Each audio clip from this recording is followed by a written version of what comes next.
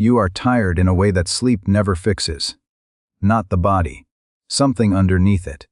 The grudge you never spoke. The life you thought you'd have by now. The people who left before you were ready. And a fear you rarely say out loud. That you will carry all of it to the very end. That it is too late for you to feel light again. It is not too late. You were simply never taught how to set it down. By the end of this, you won't just understand why you can't let go. You will actually set one of these things down, not as an idea. You will feel it. So pick the heaviest one right now. Hold it. We will come back to it. 25 centuries ago, a man sat beneath a fig tree and asked a simple question that we are still asking tonight: why do we suffer so much over things we cannot change? And there is one kind of letting go, the hardest of them all, that I am saving for the end. Because once you see it, all the others grow lighter. This is Blissful Journey. Stay with me. The Buddha did not begin with the gods, or with heaven, or with rules. He began with something you already know in your own chest. He noticed that we do not suffer only from what happens to us. We suffer from our grip on how we wanted it to be. Picture a river. Picture reaching in to hold the water, closing your fist around it, and feeling it slip through anyway, leaving your hand empty and aching. Everything, he taught, is like that water. Our health, our youth, the people we love, the roles we spent a lifetime building. All of it moves, all of it flows, whether we cling or not. The suffering is not in the flowing. The suffering is in the clenched hand. The Buddha gave this a name. He called our clinging the root of sorrow. Not the loss itself, the clinging to what is already leaving. And he taught something gentle and radical, that the hand which learns to open is the hand that finally stops hurting. Let me show you exactly how this works in an ordinary heart, because wisdom is worthless until it touches a Tuesday afternoon. The Buddha once described the way we suffer twice. He said it is as if a man walking through the forest is struck by an arrow. That is the first arrow, the thing that actually happens. The loss, the insult, the bad news. It hurts, and it is meant to hurt. That is what arrows do. But then, he said, comes the part that is truly ours. You reach back into your own quiver, you take out a second arrow, and you drive it into the same wound. The second arrow is your reaction.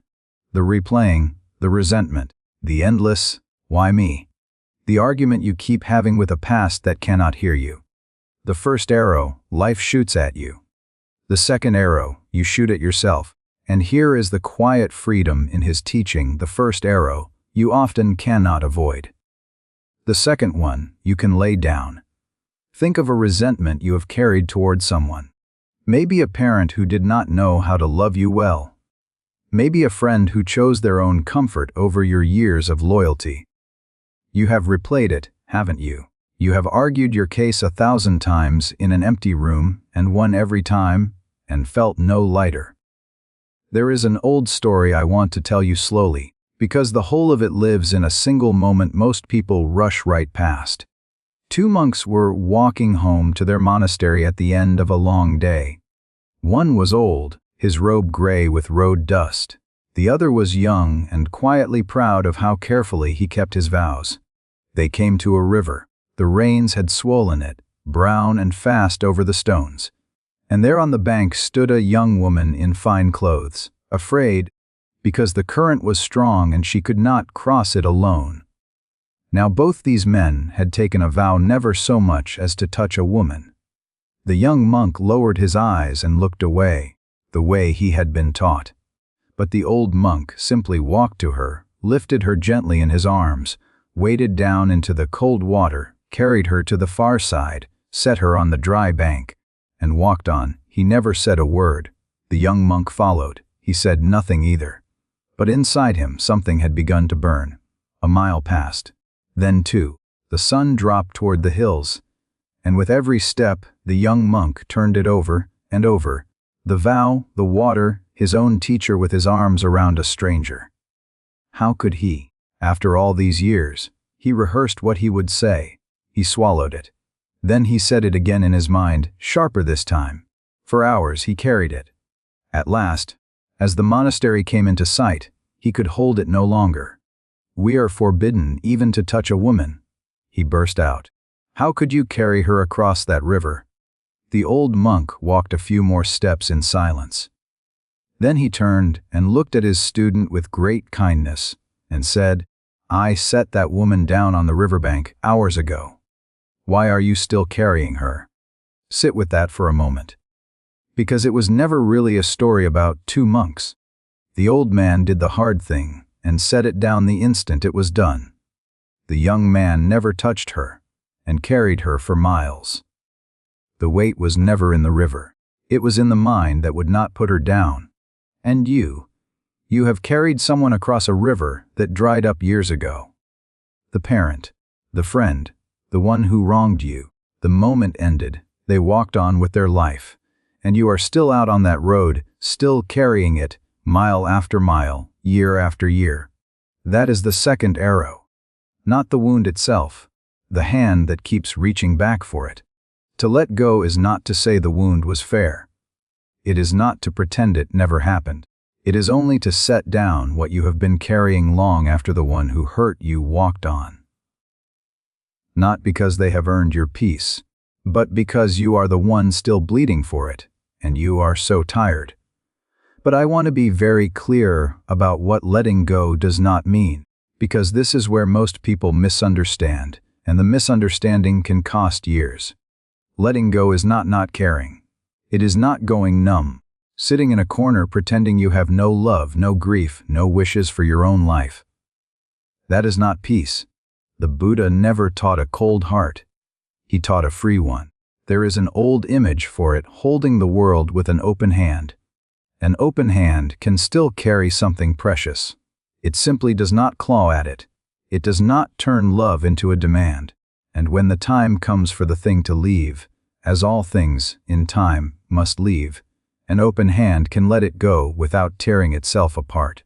That is the whole art. Not to feel less, to cling less. Now consider regret, that whole other life you can still see so clearly, the road not taken, the courage you could not find at 35, the words you should have said before the funeral. There is no door back to it.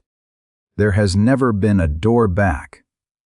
The Buddha's word for what haunts you there is impermanence. Everything arises and everything passes, the good days and the wasted ones alike. Regret is the second arrow again.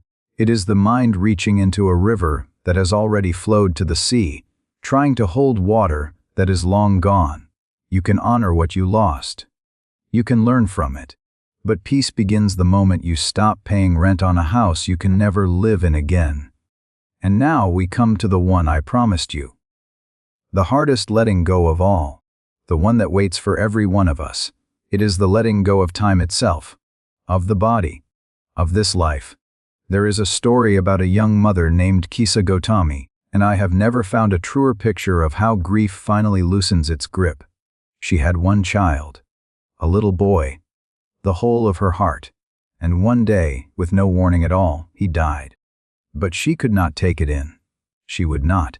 She lifted his small body onto her hip, the way she had 1,000 times before, and she went out into the streets, from house to house, knocking on every door, asking, begging, for medicine to make her son well again. Her neighbors did not know what to say. Some looked away. Some whispered that the poor woman's grief had taken her mind, because the child in her arms was already gone, and she was the only one who could not see it.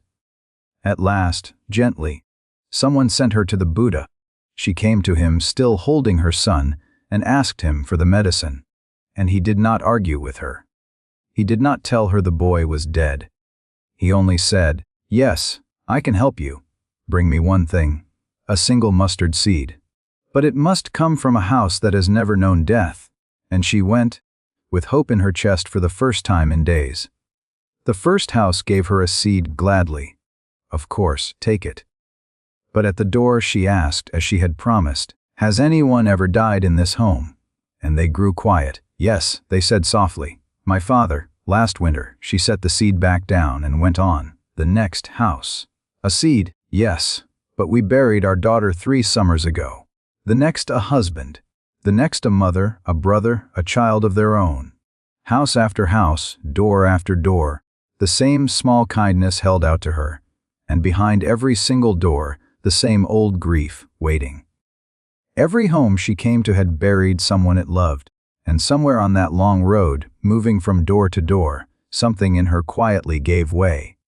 She understood. Her sorrow had not singled her out for punishment. It had joined her. To every mother, every father, every soul who had ever lived and loved and had to let go. She was not alone in the dark after all. She was standing in the oldest company there is. She carried her son to the edge of the town, and she let him rest. And she walked home changed, not because it had stopped hurting, but because she had finally stopped standing alone against a truth as old as the world. That is the hardest letting go there is. Not to stop loving what passes, but to stop demanding that it not pass. The younger world does not want to speak of it. But you and I are old enough to be honest. And here the Buddhist path does something the modern world has forgotten how to do. It does not look away. There is an old practice of sitting quietly with the truth that nothing we love is promised to last the night. Not to frighten ourselves. To wake ourselves up. Because a heart that has made its peace with the ending stops wasting the middle. It stops postponing joy. It stops saving the best of itself for a someday that keeps not arriving. The one who accepts that the river flows can finally sit down on the bank in the last of the evening light and simply watch it go by. Grateful it ever flowed through it all. That is not despair. That is the deepest kind of freedom the Buddha ever pointed to. Not a life with no loss. No one is offered that. A heart that has stopped fighting what it cannot change and turned, at last, to love what remains. And a great deal remains. The evening light is still here. The cup of tea is still warm in your hands. The breath still comes and goes on its own, asking nothing of you at all. The second half of life, it turns out, is not the closing of a door.